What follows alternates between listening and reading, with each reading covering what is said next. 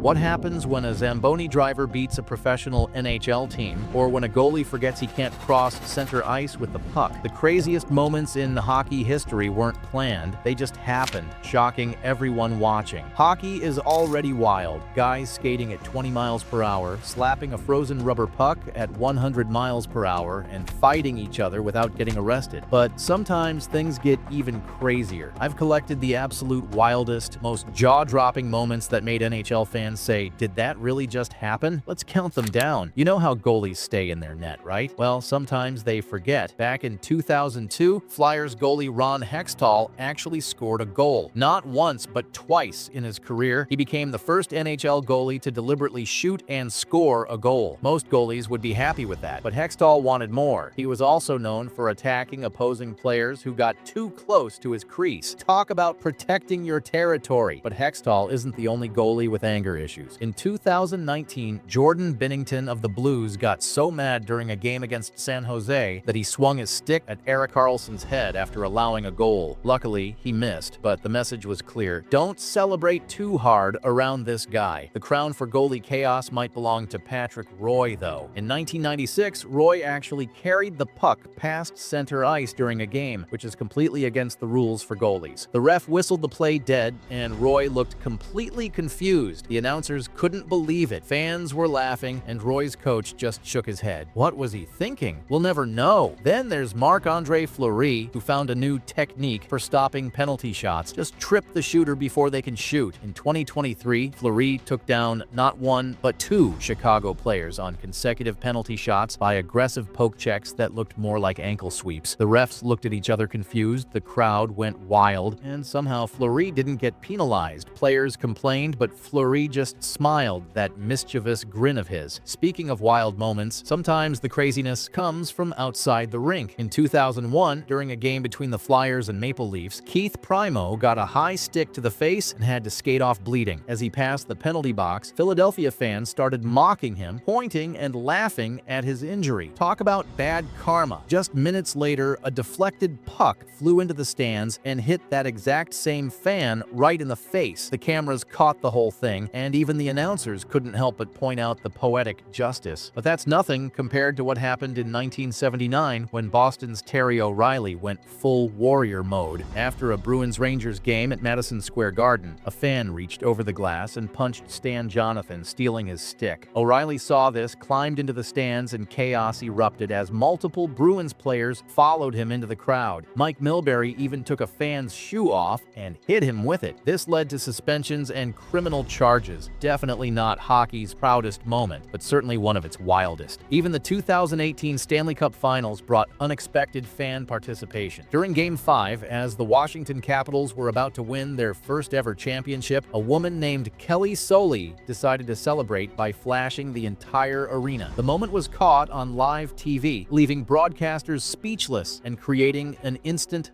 viral sensation. NHL officials were not amused, but it became part of Cup lore. And who could forget Game 6 of the 1995 Western Conference quarterfinals between the Sharks and Flames? A San Jose fan somehow snuck a live octopus into the arena and tossed it onto the ice during a critical moment. The game had to be stopped as confused officials tried to remove the slippery creature, which evaded capture for nearly 2 minutes. The Sharks rallied after the delay and won the game. Coincidence? The lucky octopus became part of Sharks playoff tradition for years after. The line between players and fans sometimes blurs in the NHL, creating moments that are impossible to forget. When we're talking wild NHL moments, we can't ignore the absurd records and achievements that left everyone stunned. Take the 1981 game, where the LA Kings completed what's known as the Miracle on Manchester. Down 5-0 to the Edmonton Oilers in the third period of a playoff game, the Kings scored 5 unanswered goals and then won in overtime. The Oilers had Wayne Gretzky and were heavy favorites, making this the largest comeback in NHL playoff history. Speaking of Gretzky, in 1985, he set a record that sounds made up, scoring 50 goals in just 39 games. Most players consider 50 goals in an entire season a massive achievement. The Great One did it before the season was even half over. When he scored that 50th goal against the Flyers, he received a standing ovation even though he was on the road in Philadelphia. But for pure bizarreness, nothing tops the fog game in the 1975 Stanley Cup Finals between Buffalo in Philadelphia. The Buffalo Memorial Auditorium's lack of air conditioning combined with unusually hot May temperatures created a thick fog that hovered a few feet above the ice. Players could barely see each other. The puck disappeared completely at times, and officials had to stop play repeatedly so arena staff could skate around waving bed sheets to try to clear the fog. They eventually brought out giant fans, which helped a little. The Sabres somehow won this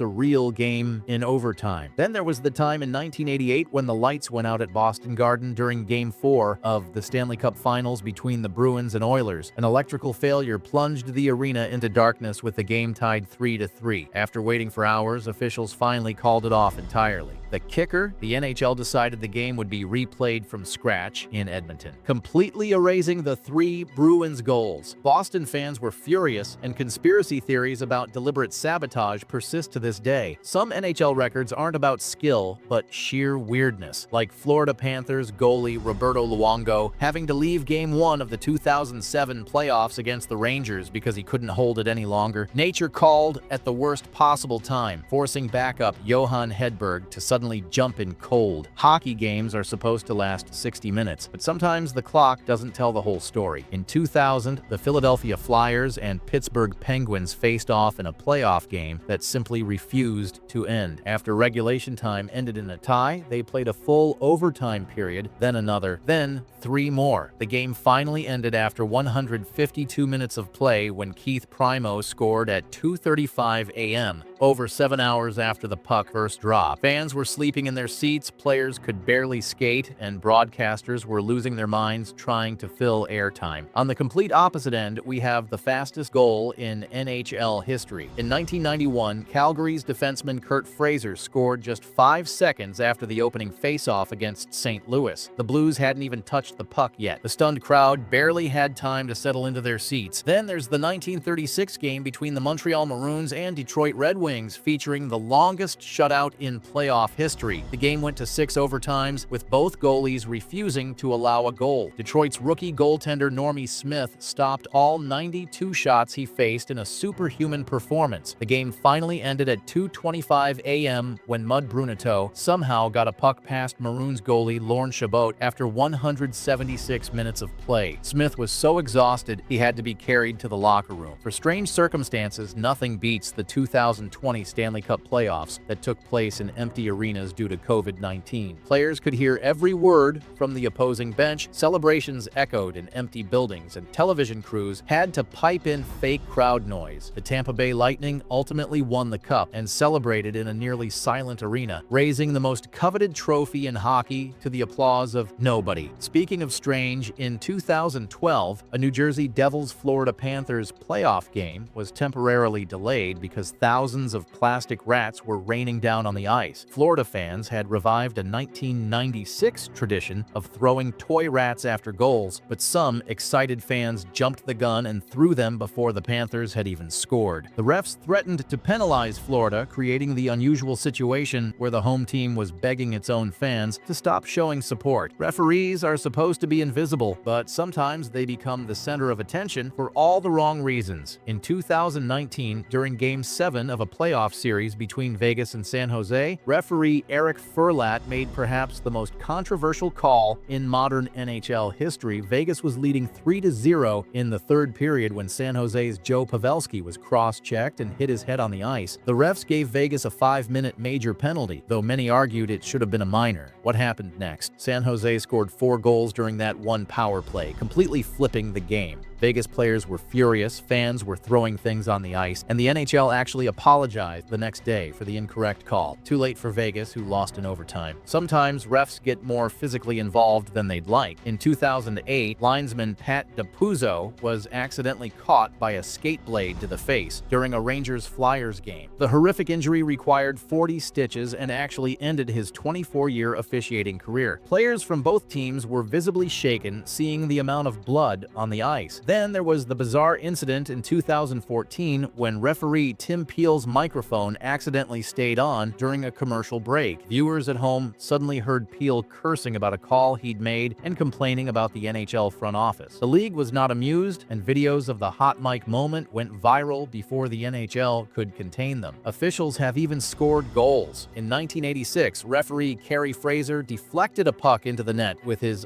sensitive area. While the goal didn't count, Fraser went down in obvious pain as players from both teams winced in sympathy. The replay was shown repeatedly, much to Fraser's embarrassment. In 2000, an even stranger official incident occurred when linesman Kevin Collins accidentally blocked Devils defenseman Scott Niedermayer from clearing the puck, leading directly to a Flyers goal. As if that wasn't bad enough, the goal ended up being the game winner. New Jersey fans were so outraged, they threw debris at Collins for the rest of the game, forcing security to escort him off the ice after the final whistle. Referees might prefer to stay anonymous, but these officials found themselves becoming hockey legends for all the wrong reasons. Sometimes the most incredible NHL moments come from the most unlikely sources. Take David Ayres, the 42-year-old Zamboni driver who became an overnight sensation in 2020. When both Carolina Hurricanes goalies got injured during a game against Toronto, emergency backup goalie rules meant Ayres, who literally drove the Zamboni for the Maple Leafs minor league team, had to suit up for Carolina. Even more incredible, he beat the Maple Leafs on their home ice, stopping 8 of 10 shots in a 6-3 victory. Toronto literally lost to their own Zamboni driver, and Ayres became the oldest goalie in NHL history to win his debut. Then there's Scott Foster, a 36-year-old accountant who served as Chicago's emergency backup in 2018. When starter Anton Forsberg got hurt in warm-ups and backup Colin Delia cramped up during the game, Foster entered with 14 minutes left. The Recreational League goalie stopped all 7 shots he faced against the playoff-bound Winnipeg Jets. He was back at his accounting desk the next morning, processing tax returns with a perfect 1.000